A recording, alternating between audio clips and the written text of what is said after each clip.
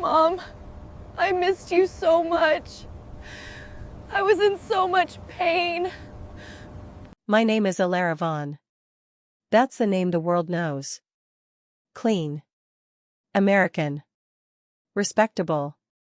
But it wasn't the name I was born with, and it wasn't the life I was meant to live. Growing up, I believed my family was untouchable. The Vaughns were spoken about in low voices, with admiration and fear mixed together. We owned real estate across 3 states, sat on boards, funded political campaigns. At charity galas, people smiled wider when my father entered the room. At home, those smiles disappeared. Silence ruled our dinner table, not love. We didn't talk about feelings. We talked about control. I was the youngest. The afterthought. The girl who was told she was lucky to be protected from family business. My older brother, Marcus, was groomed like a king. My Uncle Henry was always around, whispering strategies into my father's ear. And my mother was a ghost. I was told she died when I was 9. A car accident. Closed casket. No questions allowed. I learned early that questions were dangerous. So I became obedient. Quiet. Excellent. Straight A's. Debate team. Scholarships.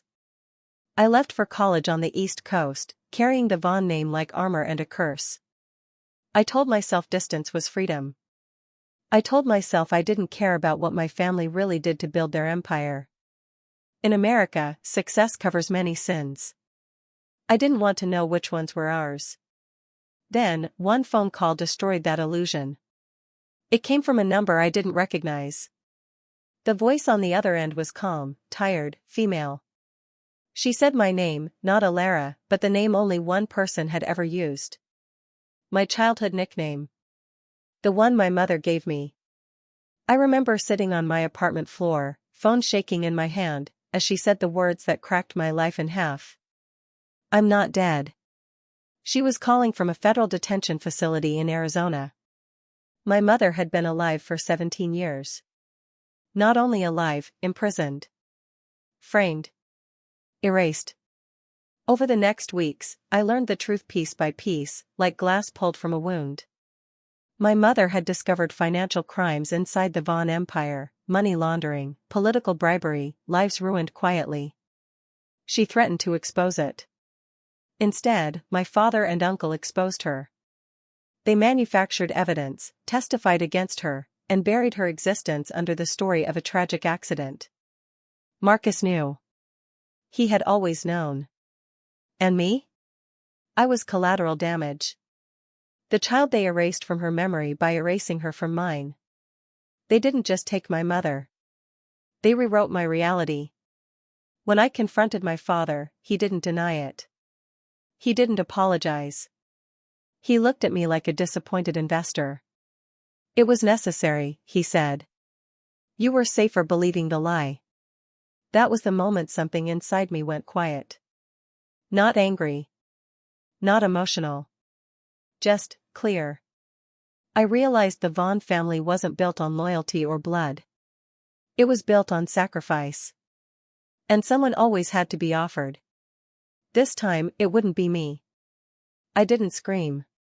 I didn't threaten. I went back to my life, to my job, to my polite smiles. They thought I would move on like I always did. They forgot one thing. They taught me everything about power. And now, I was ready to use it. After the truth came out, my life didn't explode the way movies show it. It narrowed. My world became quieter, sharper, more focused. I stopped sleeping through the night. Not because of fear, but because my mind had finally found a purpose. Every memory from childhood replayed itself with new meaning. Every silence at the dinner table. Every time my father corrected my words. Every time Marcus looked at me like I didn't belong. It wasn't neglect. It was preparation. They were shaping me into someone harmless. Invisible. A daughter who would never question the throne. I visited my mother 3 weeks later. Federal facilities don't look like prisons in films. They look clean, controlled, almost kind.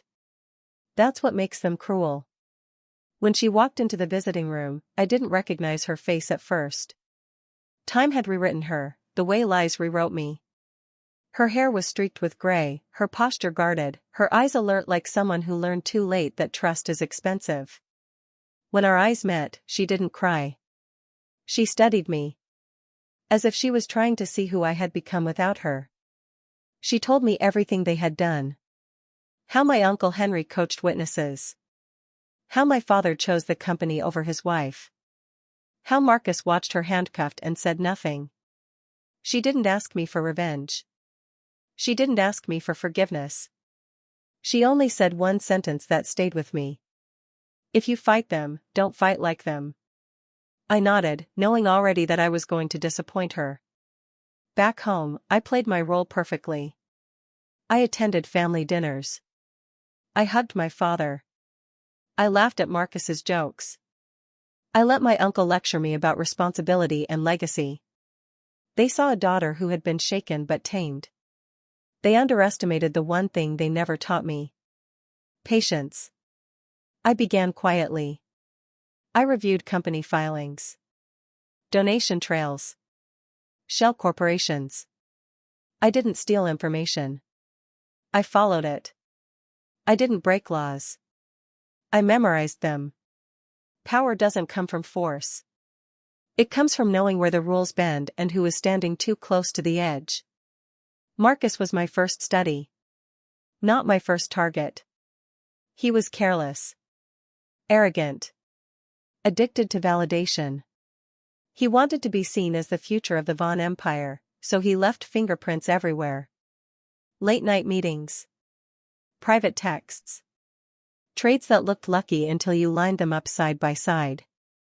I watched him destroy himself slowly, like someone digging a hole and calling it ambition. All I did was take notes. My father was harder. He had built his life on distance. He never touched anything directly. He let other people get dirty. That's how men like him survive. But distance also creates gaps. Gaps where loyalty fades. Gaps where fear grows. I didn't challenge him. I reminded him. Of his age. Of his reputation. Of how quickly public opinion turns when daughters stop defending their fathers. I never threatened him. I let him imagine the threat himself. Uncle Henry was the most dangerous.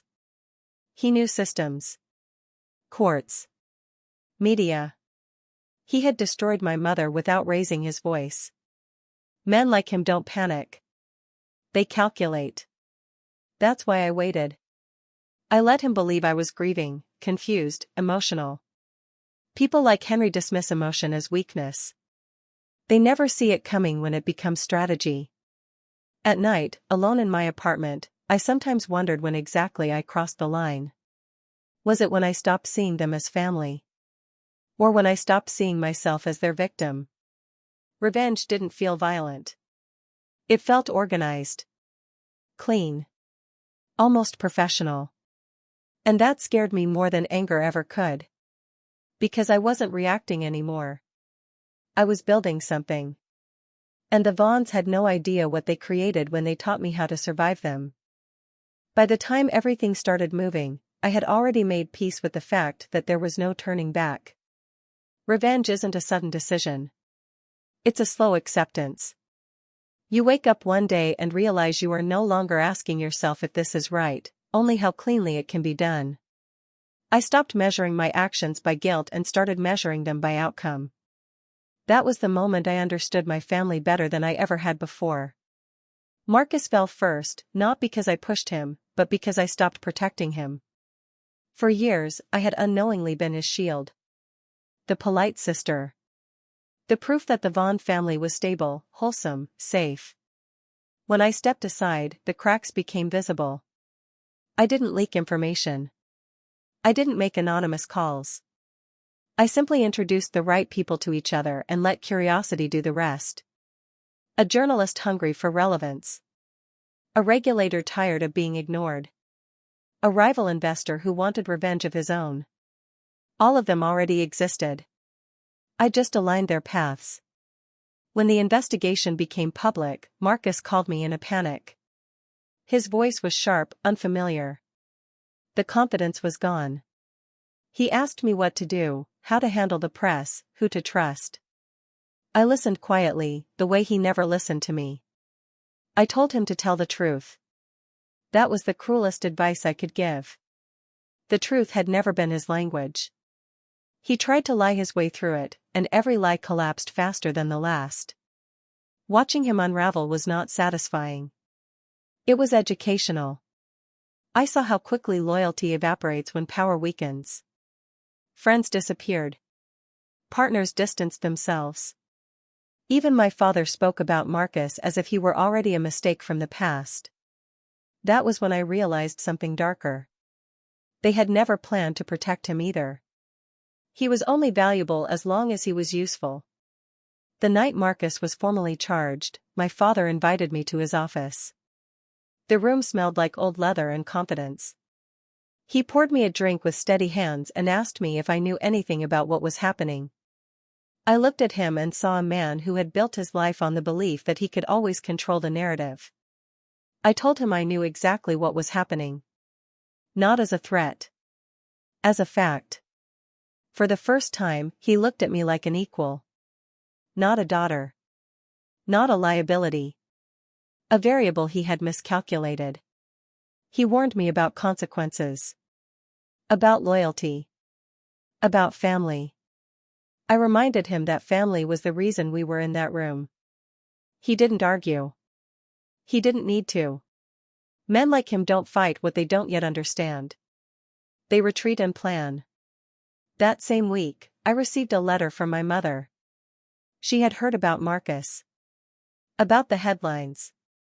About the Vaughn name being questioned. Her handwriting was careful, controlled. She wrote that she was afraid of what I was becoming. That fear hurt more than any accusation my family could throw at me. But fear didn't stop me. It never stopped the Vaughns either. The truth was, I wasn't doing this for justice anymore. Justice is loud. Public. It wants applause. What I wanted was balance. I wanted them to feel what it was like to stand on unstable ground, to wonder who was lying, who would betray them next, and how far the fall would be. Marcus was only the beginning. My father had built an empire on silence. And I was learning how to make silence speak. After Marcus fell, the family dynamic shifted in ways that would have terrified me once. Now it only confirmed what I already knew. Fear doesn't destroy power. It rearranges it. My father became quieter, more observant. He stopped speaking in absolutes and started speaking in hypotheticals. Every conversation felt like a negotiation neither of us acknowledged. He was measuring me the same way he measured markets and men. I let him. Confidence is dangerous when it believes it is unseen. He invited me deeper into the business, framing it as trust, as healing. I accepted without hesitation. This was the world he had always kept from me, the machinery behind the Vaughn name. Boardrooms filled with men who smiled too much. Contracts written to confuse rather than clarify. Decisions that ruined lives but saved margins. I listened. I learned. I never judged aloud. Judgment makes people defensive. Silence makes them careless. What my father didn't understand was that I wasn't interested in taking his place. I was interested in understanding his weaknesses. He believed loyalty could be bought indefinitely. That was his greatest flaw. Loyalty rented as loyalty expired. I began meeting the people he underestimated. Assistants who stayed late. Lawyers who felt disposable. Executives who knew they would be blamed when things went wrong. I didn't promise them protection. I offered them truth. That was enough. The first real fracture came during a private hearing. A minor regulatory issue, something my father had buried dozens of times before. This time, the questions went deeper. The answers didn't align. Documents surfaced that should not have existed. I watched my father maintain his composure as the ground shifted beneath him. When we left the building, he didn't speak to me. He didn't need to. We both knew the game had changed. That night, he called my mother. I found out later. It was the first time he had spoken to her in 17 years. He asked her to talk to me. To stop me. To remind me who I was. She refused. Not because she supported me, but because she knew he didn't deserve access to either of us anymore. That rejection hurt him more than any investigation could. Uncle Henry sensed the danger immediately. He began moving assets, tightening alliances, isolating my father. I watched them turn on each other with surgical politeness. Two architects arguing over who misread the blueprint. I didn't intervene. I let their paranoia grow. Power hates uncertainty. It eats itself trying to eliminate it. My father finally confronted me in the only way he knew how. Not with anger. With honesty. He told me he never intended for me to be part of this world. That he had tried to save me by keeping me ignorant. I almost laughed. Ignorance had never protected anyone in our family. It had only made the fall more violent. I asked him one question. If he had the choice again, would he still destroy my mother to save the company? He didn't answer. He didn't need to. Silence was his confession. That was the moment I stopped seeing him as my father. He was just another man who believed he could control consequences. And I was done letting him believe that. By the time Uncle Henry made his move, I had already accepted that this story would not end with clean hands. He was smarter than Marcus and colder than my father. He didn't panic. He prepared. Subpoenas disappeared. Witnesses changed their tone. Media narratives softened overnight. This was his language. Influence without fingerprints. Watching him work was like watching a mirror slowly turn toward me, and I didn't like what I saw. He invited me to dinner alone. No lawyers. No assistants. Just two people who understood the rules of the game. He didn't accuse me. He complimented me. Told me I had my mother's mind and my father's discipline. Then he offered me a choice. Protection in exchange for loyalty. A seat at the table in exchange for silence. He said the Von Empire could survive if we stopped fighting each other. He said families heal when they accept who they are. I told him families heal when they stop lying. That was when he threatened my mother. Not directly. Men like Henry never do. He spoke about transfers, delays, paperwork that could take years. About how easily a prisoner's life could become smaller. Harder. He watched my face carefully, searching for fear. I gave him none. Not because I didn't feel it, but because I had already decided something he didn't expect. My mother was no longer my weakness. She was my boundary. The next week, evidence surfaced tying Henry to an old case he believed was buried forever. A minor witness had kept records. A financial trail resurfaced through an audit he didn't control. The timing was precise. Too precise. He knew then that I wasn't reacting to him. I was anticipating him. The look in his eyes shifted from confidence to calculation. For the first time, he saw me as a threat. My mother wrote again. Her letters were shorter now. More distant. She asked me who I was hurting and whether it was worth it. I didn't answer that question because I didn't know. The truth was, the further I went, the less room there was for the girl I used to be. Power demands focus. Revenge demands sacrifice. I was losing parts of myself quietly, efficiently, the same way my family always had. When Henry was formally investigated, my father tried to intervene. He made calls that no longer worked. He leaned on relationships that no longer trusted him. Watching him fail was strange. Not satisfying. Just final. Empires don't collapse in flames. They rot from the inside until one day everyone pretends they never believed in them. The night the Von board voted to remove my father, he didn't fight it. He looked tired. Old. smaller than the man who once controlled everything in my life. As he passed me in the hallway, he said one sentence. I created you. I didn't correct him. Creation doesn't require permission. Destruction doesn't either. I stood alone in that building after everyone left, surrounded by glass and silence. I had won every move I planned. Marcus was gone. Henry was cornered. My father was finished. And yet, victory felt hollow. Not because I regretted it, but because I recognized the cost. I was no longer outside the system. I was inside it. And systems change people. The closer everything came to the end, the more distant my mother became. Her letters stopped. Her calls were brief, careful, as if she was afraid of saying the wrong thing. At first, I told myself she was protecting me. Then I realized the truth was harder. She was protecting herself from who I had become. That realization hurt more than betrayal ever could. Betrayal is loud. Disappointment is quiet, and it stays.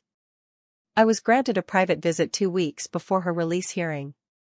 She looked at me the same way she had the first time, studying, measuring, searching for something familiar. I told her everything. Not the strategy. Not the details. Just the cost. I told her how empty winning felt. How every step forward felt like stepping further away from myself. She listened without interrupting, and when I finished, she finally spoke the truth she had been carrying all along. She told me she had known this would happen. That when she called me from prison, it wasn't just desperation. It was preparation. She had watched my family long enough to understand what they create when they raise a child in silence. She said she didn't teach me revenge, but she removed the lie that kept me small. And she warned me of the one thing she couldn't protect me from. Becoming them. I asked her if she regretted calling me. She didn't answer immediately.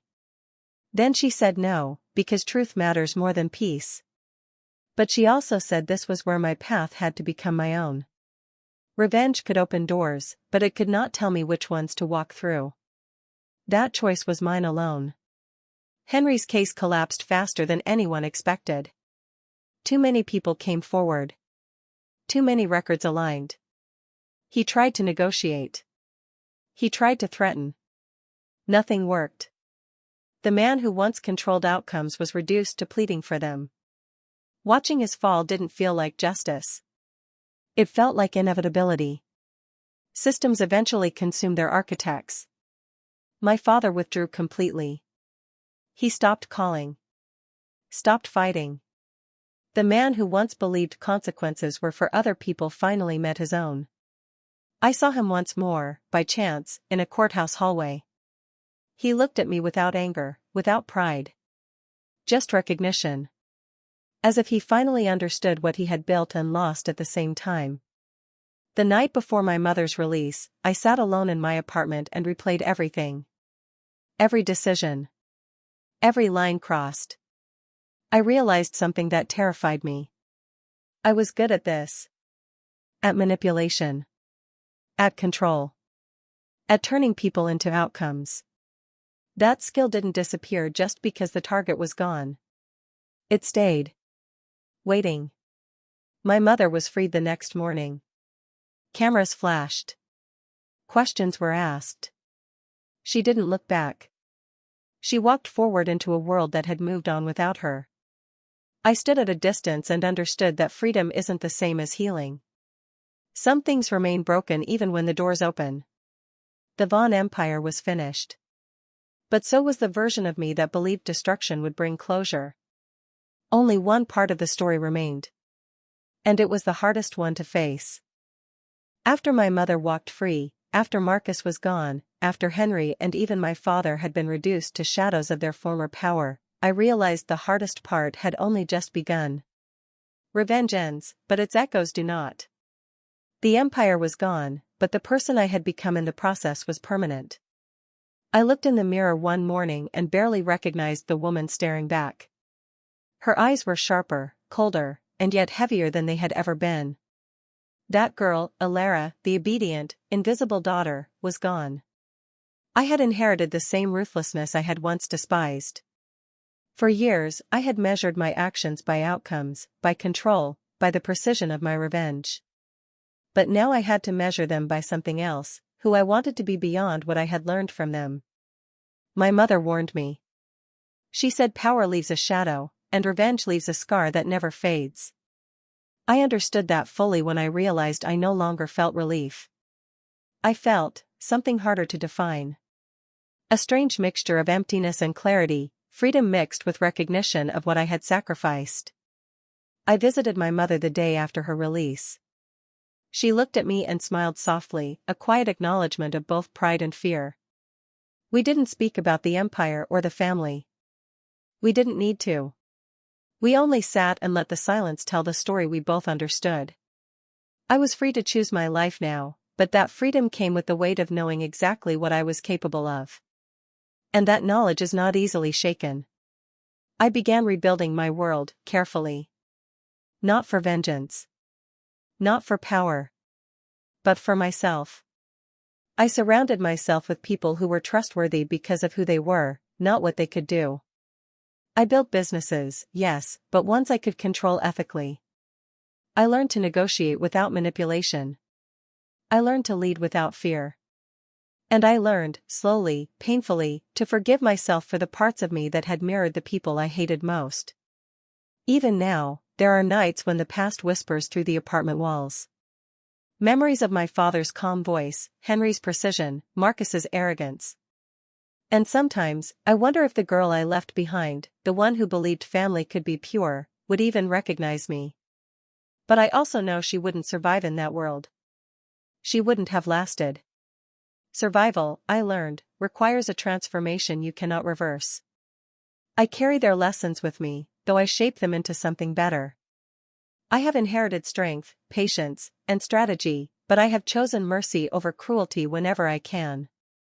I am not powerless, but I am not vengeful anymore. That chapter is closed. The empire that raised monsters has crumbled, but it taught me the most dangerous and necessary lesson of all. To understand power, you must first survive it, and to survive it, you must become someone neither they nor I could have imagined. And so I walk forward, a woman who knows the cost of silence, the weight of truth, and the quiet devastation of revenge. I am Alara Vaughn, survivor, strategist, daughter of ghosts. And for the first time in my life, I am finally free.